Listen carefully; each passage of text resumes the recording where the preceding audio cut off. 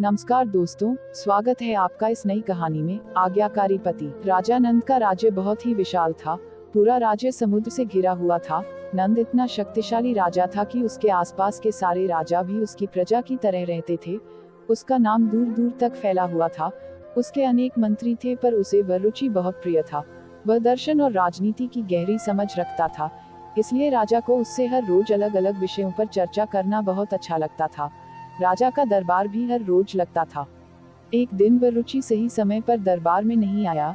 उसे आने में बहुत देर हो गई। दरअसल उसकी पत्नी बहुत बुरे स्वभाव की थी। वह अक्सर रो पीट कर किसी न किसी बात पर तमाशा बना देती। वह रुचि ने अपनी पत्नी को राजी करने की हर संभव कोशिश की, परंतु पत्नी ने कुछ भी सुनने से साफ इनकार कर दिया। वह किसी भी तरह से पति की बात नहीं मान रही थी। वह रुचि ने हार कर कहा, प्रिय, तुम चाहती क्या हो? जो कहोगी वही करूंगा, बस शांत हो जाओ। उसकी पत्नी चाहती थी कि वह अपना सिर मुंडवाकर उसके पैर छुए। मंत्री को मजबूरन गंजा होना पड़ा। इसके बाद वह अपनी पत्नी के पैरों पर गिर पड़ा। इतना सब होने के बाद ही उसकी पत्नी के चेहरे पर मुस्कान आई। इसके बाद ही उसने पति को दरबार जाने की इजाजत दी। तभी उस दिन वह रुचि दरबार में देर से पहुंचे थे।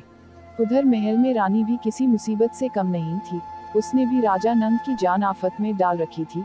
वह भी राजा से लड़ाई करने के बाद मुंह फुलाकर बैठ गई थी। राजा ने अपनी ओर से उसे मनाने की पूरी कोशिश की, पर वह नहीं मानी। उसने कोई भी गहने कपड़े लेने से मना कर दिया।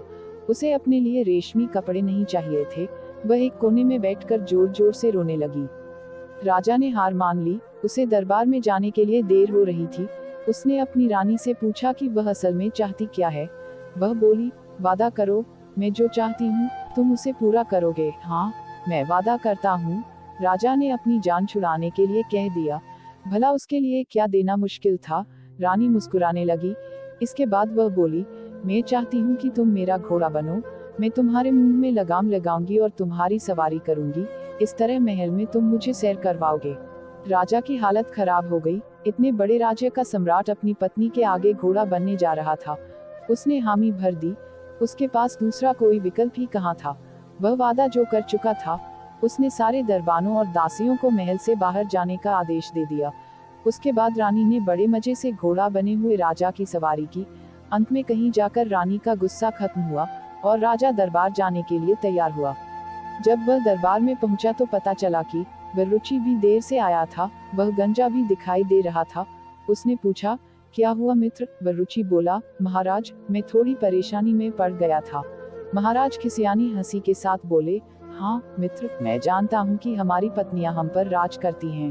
वह रुचि महाराज को देखकर मुस्कुराने लगा, क्योंकि महाराज ने उसके मुंडे हुए सिर को देखकर उसकी हालत का अंदाजा लगा लिया था।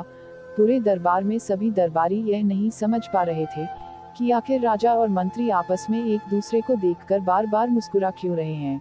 उस दिन वे सब अपनी अपनी अटकलें ही लगाते रहे, पर सच को कोई नहीं जान सका। तो दोस्तों, आज की आज्ञाकारी पति कहानी कैसी लगी कमेंट में जरूर बताएं। आज के लिए बस इतना ही। मिलते हैं अगली नई कहानी के साथ। तब तक के लिए जय हिंद, जय भारत।